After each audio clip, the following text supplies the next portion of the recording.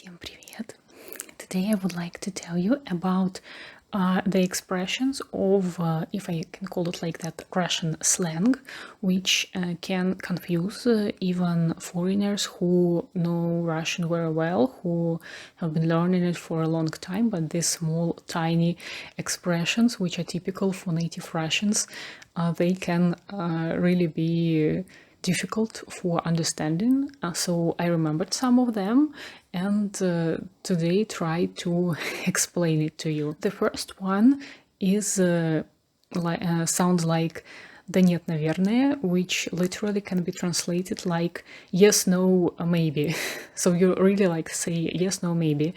And it's an answer to the question when you are not sure.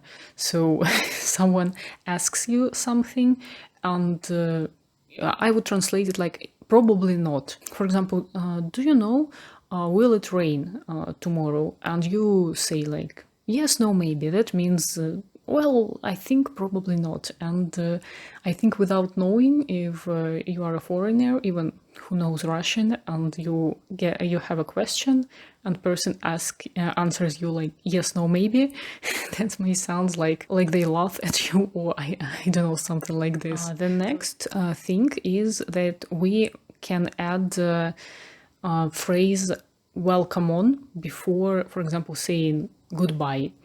So we cannot just say goodbye, but say like welcome on, goodbye. That sounds like ну давай пока. So yeah, that doesn't mean anything. That just, I don't know, to prolong the phrase, or I don't know. So it's just, you just need to pay attention to the last word. It's just still goodbye. The next slang word is, it's a verb, to bomb from something. That means that you are very angry because of something or some situation. And people can say that, for example, he is bombing because of this, or you can say I was so bombing because of this, or it's making me bombing, or something like that. In Russian, bombing is bombиться. The next slang word is about toilet. Many people using slang call toilet, in Russian it's toilet, so almost the same. People say толчок, so it's like the short version, and also in Russian толчок means push. So people, can, if they say толчок, they can mean push, but also they can mean the toilet, and it depends on the context. The next phrase is go to the wood or go to the forest. In Russian, it's иди лесом. That's like when person wants to, in a very rude way. So in in English, it's like from you, and in Russian, it's, if you don't want to say the Russian variant of this, you use this more like polite or more childish version to say go to forest or go to the woods. The next phrase is the roof slide down. That means, for example, you can say my roof is sliding down, or their roof is sliding down. Their roof is completely slid down. That means that the person is going crazy. It can be literally, or when you're just mad at some person and they behave in some inappropriate way, and that's how we can use this phrase. In Russian, it sounds like поехала крыша. The next thing is stuffy person. That means that the person is super boring, always tries to, I don't know, figure out each detail, always try to, I don't know, to correct you, to find a mistake everywhere. So we say about these people that they are stuffy, and in Russian we can say душнила or душный. The next thing is the synonym of bombing, but it's a phrase, ass on fire. So my ass was on fire, or their ass is on fire. That also means that the person is very angry because of something. And also you can say my ass is exploring because of this, or their ass was exploded because of this. So yeah, also very popular slang phrase. The next phrase is literally can be translated like drop it. It means oh, come on, stop it, or come on. So yeah, in English, usually people say come on. For example, people say something and person don't really believe you. For example, it's very surprising on something, and I heard in the movies like they say, oh, come on. And in Russian, we say drop it, which sounds like да бросьте. So absolutely literally is like yes, drop it. So like that. The next phrase can be translated like that's how you're giving it. That means that a person is surprised with something you told them about what you did, what you've done before. For example, you've done something, not no matter good or bad, you tell some person about this, and person can say "ну ты даешь," which means that's how you do this. So that means that they are really surprised with that. Again, if translated absolutely literal, again, it's like well, you that's how you're giving or something like this. So we usually like add well in all these phrases, in many of these phrases. To carry out someone's brain, that also means that person makes you really angry, gets to you, you get tired of this person because they are stuffy, for example, or something like this. So you can say that they carry my brain out. In Russian, that sounds like выносить мозг. To kick something down, or забить in Russian, that means that you dropped doing something. So, for example, some people can say to you, забей, so drop it. Not the previous drop it, but just stop doing this. Or you can say about yourself, I tried, but then I kicked that down, so just stopped trying, stopped doing this.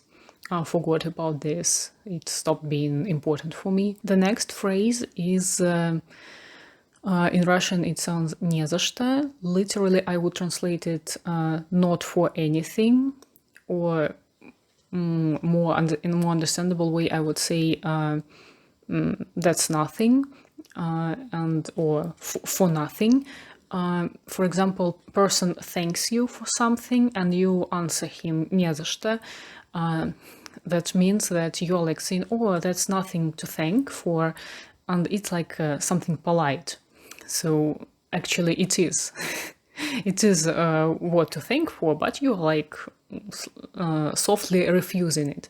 But some people nowadays, they don't do this, don't say like that, because it's like you deny what you've done, and you reduce your like good things you did. So that's why it's not really common nowadays, but before it used to be. When a person is sneezing, in Russian we usually say будьте здоровы, which means be healthy. The word шкаф, wardrobe in English, we can use for very big person. I mean big, for example, with wide shoulders, who is like very athletic, very strong, and we can call this person wardrobe because they are big and wide like a wardrobe. At the same time, we use the word чайник, teapot in English, for person who is underqualified, or like zero qualified in something. For example, there is a series of book like German for Dummies, English for Dummies, anything for dummies. In Russian it's translated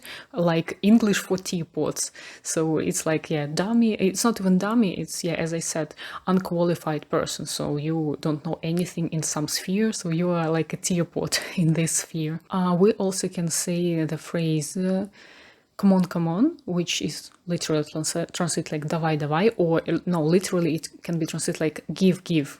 And that means like go, do it, or go, start doing it, or something like this. So persons tell you that I'm going to do this, and you say like давай, give, or come on, as we would say in English. The word clean or clear we can use to emphasize something. So it's like only, and it's more in like adverb. So it's cleanly or clearly. I think in English we can use clearly the same way. So we say чисто, and it's like only. You can say I only want to ask. It's like I clearly want to ask, and it will be the same, but it's more like slang and not really official or not really polite sometimes. We can use a phrase without be, or in Russian it's без б.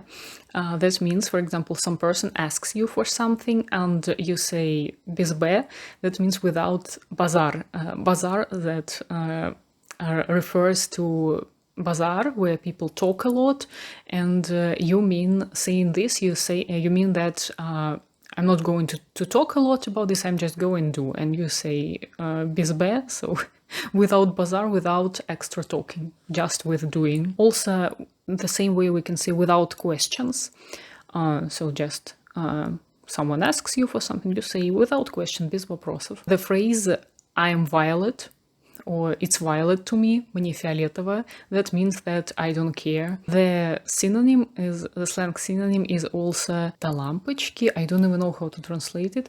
It's like a light bulb to me, or I'm today I like to light bulb, or something like this. But the thing is that also means I don't care. Not a question, не вопрос. That also means that a person asks you for something and you agreed, and you say not a question, so no problem. To do someone, that means that you beated someone, not physically, but for example, in some competition, in some work, in anything, you can say I did him. It's, if we translate it literally in English, it would be, I guess, I beat him, and in Russian it will be уделать. The next phrase was very confusing for me when I was a kid. In Russian, if we want to say just in case or in case of, we say если что, which literally means if what. And when I was just on my way of learning English, I didn't know the construction just in case, and I was thinking how to say this if I want to say this, and I was thinking, should I say if what, like we say in Russian, and that sounds really funny when I think about it now. And the last one is come on you, давай на ты. In Russian we have two forms of referring to person, ты, which is friendly form, and we, which is respectful. And if person suggests you to say you in friendly form, they can say давай на ты. So give on you, we can translate literally, or come on you. So let's start speaking each other friendly you.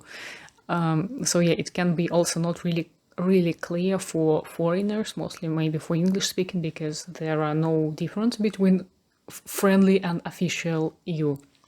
So that's it. I hope that this video was interesting for you. Thank you very much for watching, and пока-пока.